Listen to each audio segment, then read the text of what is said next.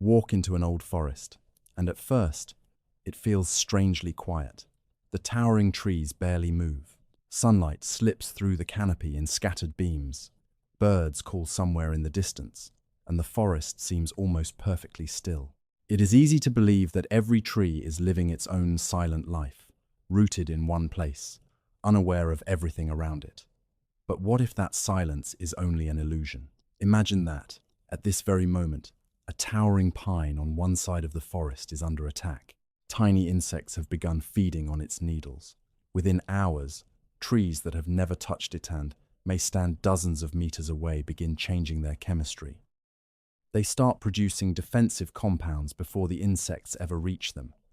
How could they possibly know? There are no voices, no movement, no visible signals passing through the air. Yet somehow, the message travels. For generations, stories from cultures around the world described forests as if they were alive in ways humans could never fully understand. Ancient people believed the woods could remember, protect themselves, and even respond to those who entered. Scientists dismissed these ideas as myths, poetic ways of explaining nature before modern biology existed. Then, they looked beneath the ground. What they discovered was so unexpected that it challenged one of the oldest assumptions in science that plants live as isolated individuals. Hidden below every step lies a world almost no one ever sees. A vast network stretching through the soil, linking tree after tree across entire forests. Invisible threads carry water, nutrients, chemical signals, and information through the darkness, connecting organisms that may never meet above the surface. Some researchers have compared it to the internet. Others believe it is even more remarkable than that, because unlike the internet, this network built itself. It has existed for hundreds of millions of years. And every forest you have ever walked through has been quietly using it all along. For centuries, humans judged plants by what they could see. Animals moved, plants did not. Animals hunted, fled, fought, and communicated. Plants simply stood where they grew, seemingly passive as seasons came and went. This difference shaped the way biology developed. Intelligence became associated with brains. Communication required sound or movement. Cooperation implied conscious choice. Trees appeared to possess none of these qualities. Even when Charles Darwin suggested that the tips of plant roots behaved in surprisingly sophisticated ways, many scientists regarded the idea as little more than an interesting curiosity. Plants were still viewed as solitary organisms competing against one another for sunlight, water, and space. A forest, in this view, was simply a crowded collection of individuals locked in an endless struggle for survival. It seemed logical. After all, every trunk emerged from its own patch of soil. Every crown reached independently toward the light. But there was one problem. Almost everything scientists observed was happening above the ground. The real story was unfolding beneath it.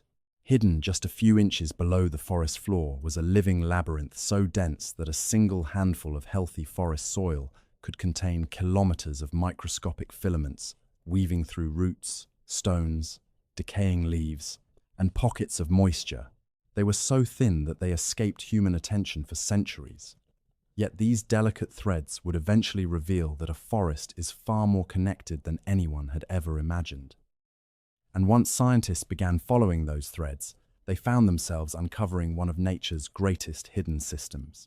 The deeper scientists looked into the soil, the stranger the forest became. At first, they weren't searching for a hidden communication system. Their attention was focused on something much smaller: fungi. For decades, these underground organisms were thought to play a relatively simple role in nature. They broke down dead leaves, recycled nutrients, and helped keep the forest clean. Useful, certainly, but hardly revolutionary. Then researchers noticed something impossible to ignore. Almost every healthy tree they examined had its roots wrapped in an intricate web of microscopic fungal threads. These threads, known as hyphae, were astonishingly thin, far thinner than a human hair. Individually, they seemed insignificant. Together, they formed enormous underground networks capable of stretching for miles beneath a single forest. Instead of ending at one tree, the threads continued. They reached another root, and another, and another. What appeared to be separate trees above the surface were, below ground, physically linked through a living web that had been quietly expanding for centuries. The fungi benefited from this partnership. Trees produced sugars through photosynthesis, and some of those sugars were shared with the fungi as food. In return, the fungal network acted like an extension of the tree's own root systems, reaching into tiny spaces where roots could never grow. It collected water, phosphorus, nitrogen, and other essential nutrients before transporting them back to its partners. It was an elegant exchange. Both sides gained something valuable, but one question refused to disappear. If one fungal network connected dozens, even hundreds of trees at the same time, could those trees influence one another through the same pathways? At first, the idea sounded almost absurd. Plants had no brains, no nervous systems, no muscles capable of sending signals. How could information travel through a fungus? Many scientists assumed the shared network was nothing more than a plumbing system, moving water and nutrients wherever they were needed. There was no reason to believe it carried anything more sophisticated than that. Yet nature has a habit of surprising us when we ask the right questions. As researchers mapped more forests, they realized these fungal webs were not rare exceptions.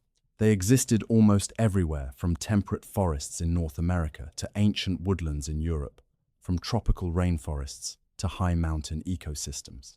The network seemed almost universal. It had been growing beneath humanity's feet long before the first cities were built, long before agriculture, long before our own species even existed. And if these invisible threads truly connected entire forests, then the next logical question was impossible to ignore. Could scientists actually prove that something was moving from one tree to another? Finding the answer would require an experiment unlike anything ever attempted in forest ecology, and what they discovered would forever change the way we think about trees. Extraordinary claims require extraordinary evidence. Suggesting that trees were physically connected was one thing. Suggesting they could exchange resources through that connection was something else entirely. Scientists needed proof that could be measured, not stories, not observations, not coincidence. They needed to watch something move through the hidden network itself. The challenge was obvious. You can't simply dig up an entire forest to see what is happening underground. The moment you disturb the soil, you destroy the very system you're trying to study. So researchers came up with a different approach. Instead of following the fungi, they decided to follow the carbon. Carbon is the foundation of life on Earth.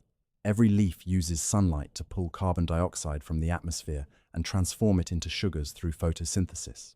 Those sugars fuel growth, repair damage, and keep the tree alive. If carbon somehow appeared inside a neighboring tree, scientists could trace where it came from. To make that possible, researchers exposed selected trees to a rare, harmless form of carbon dioxide containing a unique isotope. Think of it as giving one tree a glowing signature one, invisible to the eye, but unmistakable to sensitive scientific instruments. The expectation seemed straightforward. The labeled carbon should remain inside the tree that absorbed it. Instead, days later, the same carbon signature appeared somewhere no one expected. It was inside neighboring trees, trees that had never been exposed to the labeled carbon, trees growing several meters away, trees whose branches never touched. The carbon had somehow crossed the forest floor. At first, the results were met with skepticism. Perhaps the carbon had escaped into the air. Perhaps insects had carried it. Perhaps tiny roots had accidentally fused together. Scientists repeated the experiments under increasingly controlled conditions. Some trees were isolated above ground. Others were enclosed. Researchers carefully ruled out every obvious pathway one by one, yet the transfer continued. Again and again and again. The only remaining root was the one hidden beneath the soil, the fungal network. For the first time, researchers had compelling evidence that carbon wasn't staying inside individual trees. It could move through underground fungal connections from one plant to another. And carbon wasn't the only thing. Further studies suggested that nitrogen, phosphorus, water, and other nutrients could also travel through these microscopic highways. In certain situations, even chemical compounds associated with stress appeared capable of moving between connected plants. The forest suddenly looked less like a collection of isolated organisms and more like an interconnected economy. Resources flowed, supplies shifted, areas under stress appeared to receive support. Not randomly, but through a network that had evolved over hundreds of millions of years. This was the moment many people began describing the system as the forest's internet. It was an appealing comparison. Messages seemed to travel. Resources were shared. Connections linked countless individuals into one vast network. But the analogy had one important limitation. The internet exists because humans built it. This network had no engineers, no blueprints, no central computer directing traffic. It emerged naturally, one microscopic thread at a time, until entire forests became woven together beneath the surface. The more scientists uncovered, the harder it became to answer a surprisingly simple question. If trees were sharing valuable resources, which trees were giving the most? The answer would lead researchers to the oldest giants in the forest, towering trees that had survived centuries of storms, droughts, fires, and disease. And those ancient survivors appeared to play a role no one had imagined. Walk through an old-growth forest, and your eyes are naturally drawn upward. The tallest trees dominate the landscape. Their massive trunks are wrapped in centuries of history, while their branches stretch high above the canopy, capturing sunlight that younger trees below may never reach. To most people, these giants seem like silent witnesses to the passage of time, but beneath the forest floor, they may be doing something far more remarkable. As scientists continued mapping underground fungal networks, one pattern kept appearing. The oldest and largest trees weren't simply connected to the network, they were its central hubs. Like major airports connected to hundreds of smaller destinations, these ancient trees often maintained more fungal connections than the younger trees surrounding them. Their extensive root systems, combined with decades or even centuries of partnerships with fungi, allowed them to become deeply embedded within the underground web. This wasn't just an interesting observation, it raised an entirely new question. If these giants occupied the center of the network, were they simply receiving more resources, or were they distributing them as well? To find out, researchers designed another series of experiments. Using the same isotope tracing techniques, they followed the movement of carbon from large, mature trees into the surrounding forest. What they found was unexpected. Young seedlings growing in deep shade where sunlight was too weak for efficient photosynthesis often received carbon that originated from nearby mature trees. In some cases, seedlings connected to these extensive fungal networks survived significantly better than those that were isolated. It appeared that the oldest trees were, under certain conditions, helping support the next generation. This discovery inspired the term mother tree, popularized by forest ecologist Suzanne Simard. The phrase captured the imagination of people around the world because it seemed to describe forests in deeply human terms, parents caring for their children. But the reality is likely even more fascinating. Scientists are careful not to suggest that trees act out of kindness, compassion, or conscious generosity. There is no evidence that a tree chooses to help another in the way humans make moral decisions. Nature rarely operates through emotion. Instead, evolution favors systems that increase the long-term resilience of the ecosystem. A mature tree benefits from living in a healthy forest. The fungal network that supplies it with water and nutrients also depends on the survival of many different plants. When young trees survive drought, recover from disease, or replace aging giants after storms, the entire network becomes more stable. In other words, supporting nearby seedlings may not be an act of sacrifice. It may be an investment in the future of the forest itself. This changes the way we think about competition.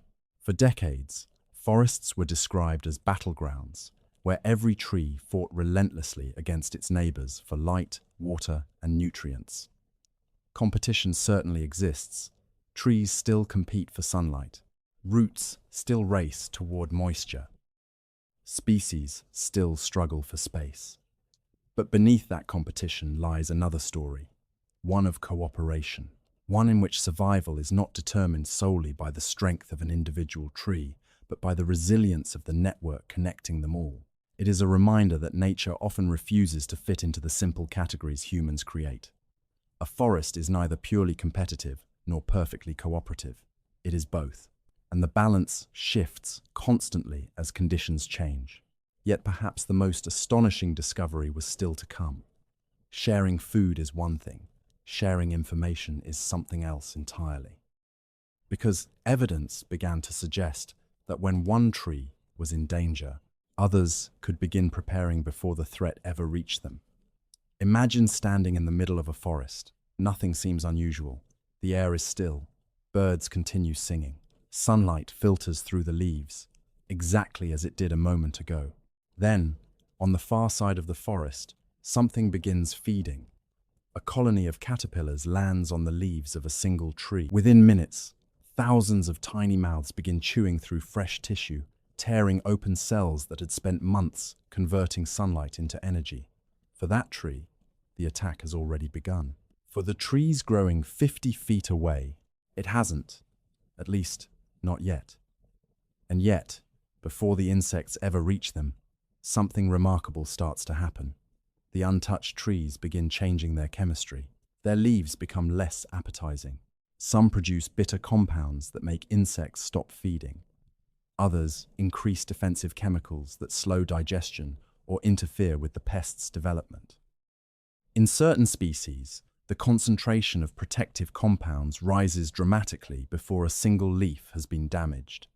It almost appears as though the forest has received a warning. For years, this idea sounded impossible. How could one tree alert another? Scientists already knew that plants could release volatile chemicals into the air when attacked. These airborne compounds can drift with the wind, allowing nearby plants to detect danger and activate their own defenses. It is a well-established form of plant communication, but that explanation didn't fit every observation. In several experiments, researchers found that warning responses were stronger between plants connected by underground fungal networks than between plants that shared only the same air. Even when air movement was carefully controlled, connected plants sometimes reacted more quickly than expected. It suggested that at least some information might also be traveling below the surface. Notice the word might. This is where science becomes especially careful. Researchers have proposed that underground fungal networks may help transmit chemical signals associated with stress. Laboratory and greenhouse experiments have produced intriguing evidence supporting this possibility. However, exactly how these signals move and how important they are in complex natural forests remains an active area of research. In other words, scientists agree that communication occurs. What they are still investigating is how much of that communication depends on fungal networks, how much travels through the air, and how these different pathways interact. Nature rarely relies on a single solution. It often uses many at once. And perhaps that is what makes forests so resilient. If one communication channel fails, another may still function. The more researchers studied these systems, the less the forest resembled a random collection of trees. It behaved more like an adaptive network. A disturbance in one location could trigger responses somewhere else. Resources shifted toward areas under stress. Chemical defenses changed before danger spread. Each discovery made the underground world seem increasingly sophisticated. Yet the deeper scientists looked, the more complicated the story became. Because not every organism connected to this hidden network was working for the good of the forest. Some were taking far more than they gave. Others had evolved to manipulate the system itself. Beneath the peaceful beauty of towering trees lay a world of constant negotiation, hidden alliances, and silent conflictor, reminder that every great network has another side, one rarely seen by those walking above it. It is tempting to imagine the underground network as nature's perfect society, a peaceful world where every tree shares, every fungus cooperates, and the entire forest thrives as one harmonious community. But nature has never been that simple. Every ecosystem is built on a delicate balance between cooperation and competition. And beneath the forest floor, that balance is constantly shifting. While some fungi form mutually beneficial partnerships with trees, others take far more than they return. They consume valuable sugars while providing few nutrients in exchange. In biological terms, they are exploiting the relationship. The network, it turns out, has freeloaders. But fungi aren't the only ones. Some plants have evolved an even stranger strategy. Deep in the shade of dense forests, there are species that produce little or sometimes no chlorophyll at all. Without chlorophyll, they cannot capture enough sunlight to make their own food through photosynthesis. By all logic, they shouldn't survive. Yet they do. Instead of producing their own energy, these plants tap directly into the underground fungal network. The fungi, already connected to healthy trees, unknowingly deliver carbon and nutrients that ultimately sustain these unusual plants. To the casual observer, they appear harmless small pale stems emerging from the forest floor for only a few weeks each year. But underground, they are drawing energy from a network built by others. Scientists call some of these species mycoheterotrophs. In simple terms, they survive by obtaining nutrients through fungi rather than producing everything themselves. It is one of the most unusual survival strategies ever discovered in the plant kingdom. And it reveals something important. The underground network is not designed to reward fairness. It simply reflects evolution. Every organism connected to it is trying to survive. Sometimes that means cooperation. Sometimes it means competition. Sometimes it means exploitation. Even the trees themselves are not always generous neighbors. When water becomes scarce during a prolonged drought, resources become limited. Mature trees continue pulling moisture from the soil. Their vast root systems may reach underground reservoirs that younger trees cannot access. Some seedlings survive, others do not. The network cannot create resources from nothing. It only redistributes what already exists. That reality reminds us of an important truth. Nature is not compassionate, it is efficient.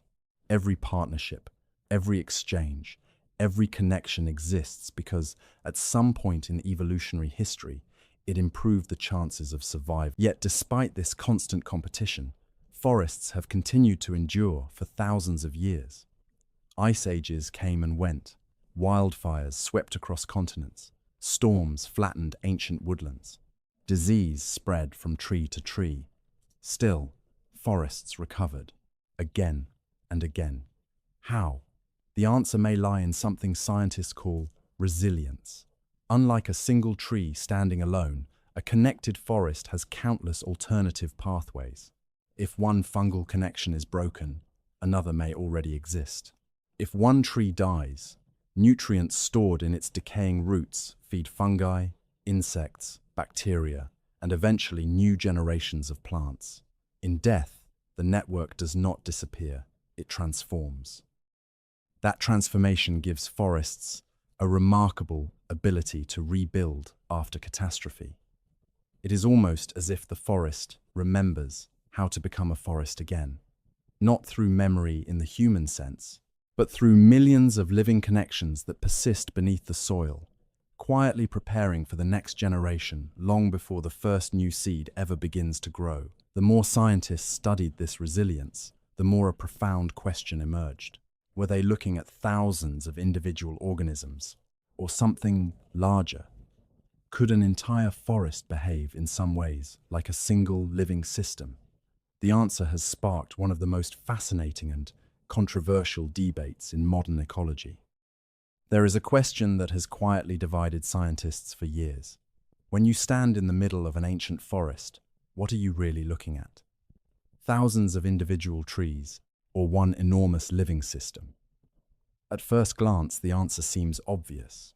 Every tree has its own roots, its own trunk, its own leaves. It grows, reproduces, and eventually dies as an individual organism.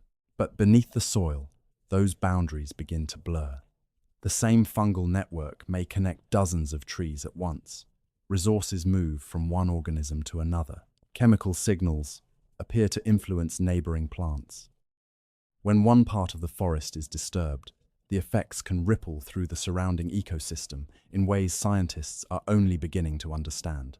These discoveries have led some ecologists to describe forests as superorganisms. The word sounds almost like science fiction, but the concept already exists elsewhere in nature. Consider an ant colony. No single ant understands the architecture of the nest. No ant controls the colony. Yet together, millions of ants build cities, divide labor, defend their territory, and adapt to changing conditions with remarkable efficiency. The colony behaves as something greater than the sum of its individual members. The same idea has been proposed for forests.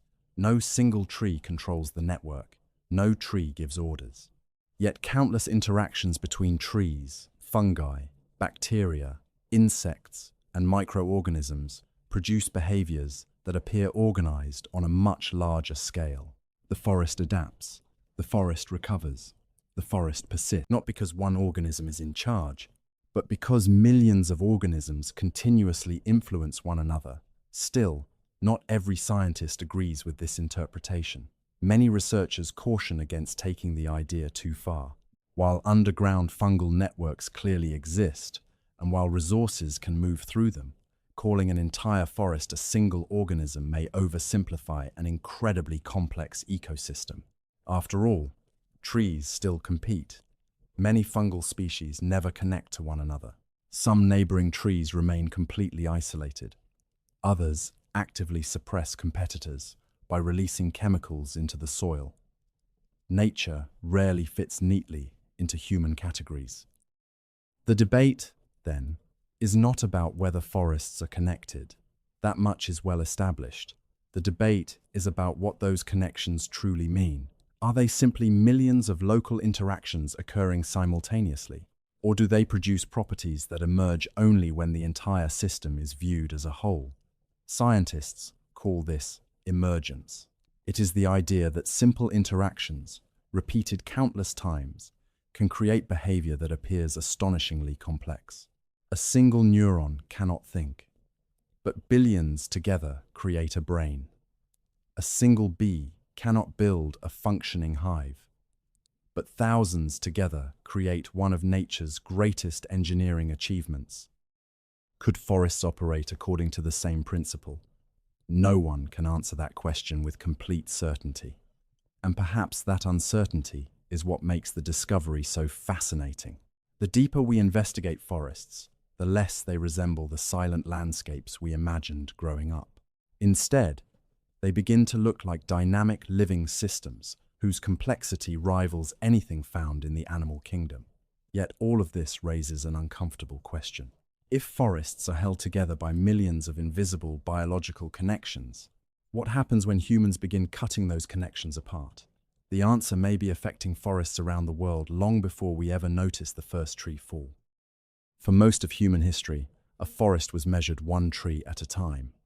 How many acres? How many logs? How many tons of timber? From that perspective, removing a single tree seemed insignificant. If thousands remained standing, what difference could one more stump possibly make? But the discovery of underground fungal networks has forced scientists to ask a very different question. What if removing one tree means damaging hundreds of invisible relationships at the same time? Imagine unplugging a single computer from the internet. The computer disappears. The rest of the network continues to function. Now imagine removing the central server that thousands of machines depend upon. The consequences become much larger. Old trees often play a similar role within forest ecosystems.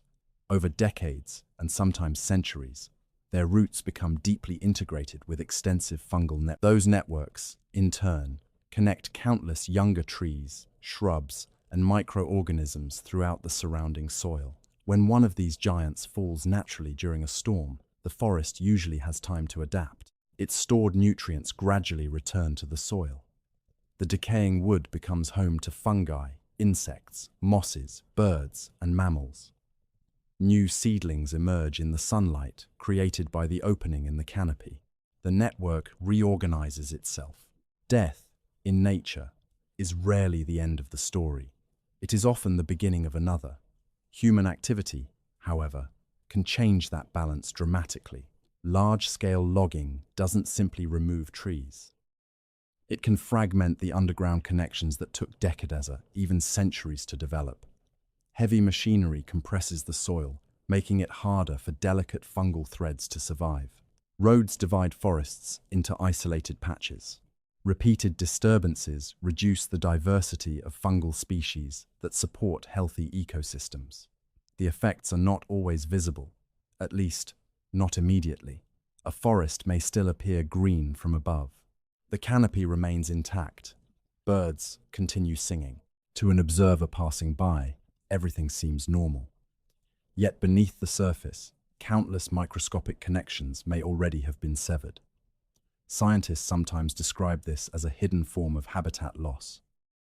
Not because every tree disappears, but because the relationships between them begin to unravel. Climate change adds another layer of uncertainty. Longer droughts stress both trees and fungi. Hotter temperatures alter the composition of underground microbial communities. Wildfires, many of them larger and more intense than those recorded in previous decades, can transform entire ecosystems within days. Some forests recover remarkably well. Others struggle to rebuild the networks that once sustained them. Exactly how these underground systems will respond to a rapidly changing climate remains one of the biggest unanswered questions in ecology. Researchers around the world are racing to understand the answer, because protecting a forest may involve far more than protecting the trees we can see. It may also mean protecting the invisible world beneath our feet, a world that remained hidden from science for centuries. And perhaps the most remarkable part of this story is not that the network exists, but that it was there all along. Every explorer who crossed an ancient woodland, every child who wandered beneath towering pines, every hiker who paused to admire the silence, they were all standing above one of the most sophisticated biological networks ever created by nature. Without realizing it, they had spent their entire lives walking across a living web that had been quietly connecting forests since long before humans ever appeared on Earth. Perhaps the most extraordinary part of this story isn't that scientists discovered an underground network. It's that it remained hidden for so long. For centuries, we walked through forests, believing we understood them. We named the trees, we measured their height, we counted their rings, we mapped the canopy from satellites and aircraft. Yet the most important part of the forest was invisible, just a few inches beneath our feet. It is a humbling reminder of how science often works. The greatest discoveries are not always found in distant galaxies or at the bottom of the ocean. Sometimes they exist in places we have been standing all our lives. Every handful of healthy forest soil contains billions of living organisms, bacteria, fungi, tiny insects, microscopic animals. Together, they form one of the most complex biological communities on Earth. The fungal threads alone may stretch for hundreds of miles within a single acre of woodland. A network so intricate that even today's most advanced technology is still struggling to map it completely. And despite decades of research, scientists continue making new discoveries almost every year. Some studies suggest that different fungal species specialize in connecting particular groups of plants. Others investigate whether forests respond differently to drought, depending on the diversity of their underground networks. Researchers are even exploring whether restoring damaged fungal communities could help forests recover more quickly after wildfires or environmental disturbance. In many ways, we've only just begun reading the first chapter. There is still so much we don't know. How much information actually travels through these networks? How do fungi decide where resources flow? Why do some connections persist for decades while others disappear? And could there be forms of cooperation that science has not yet recognized? Those questions remain open. That uncertainty is not a weakness.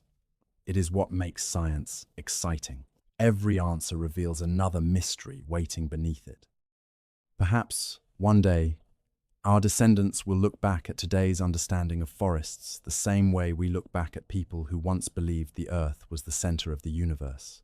Not because today's scientists are wrong, but because nature is almost always more complicated than our first explanation. The forest has been teaching that lesson for millions of years. We are only now beginning to listen. The next time you walk through a forest, pause for a moment. Look around. The trees appear motionless. They do not speak. They do not chase prey. They do not make a sound that human ears can hear. And yet, beneath every step you take, millions of microscopic fungal threads are weaving through the darkness. Water is moving. Nutrients are being exchanged. Roots are growing. Microbes are transforming dead wood into new life. Chemical signals are traveling through pathways too small for the eye to see. An entire hidden world is working in complete silence. The forest is not asleep. It has never been asleep. It has simply been speaking a language that humans only recently learned to recognize. That doesn't mean forests think like we do. It doesn't mean trees possess consciousness, emotions, or intentions in the human sense. Science has found no evidence for those claims. What it has revealed is something arguably more remarkable. Life does not need a brain to become astonishingly complex. Given enough time, enough connections, and enough evolution, nature can build systems whose sophistication rivals anything humans have ever engineered. Long before the first city, long before the first computer, long before our species took its first steps. Forests had already been building living networks beneath the earth, quietly, patiently, for hundreds of millions of years. Perhaps that is why ancient forests have always inspired a sense of mystery, not because they are supernatural, but because they remind us that the natural world still holds secrets beyond our imagination. The deeper we explore, the more we realize that the world is not becoming less mysterious, only better understood. And maybe the greatest discovery isn't that forests are connected. Maybe it's that everything alive has always been connected in ways we are only beginning to see. So the next time you step onto a trail beneath towering trees, remember this. You're not simply walking through a forest. You're walking above one of the oldest living networks on Earth, a network that has been quietly connecting life long before anyone knew it was there.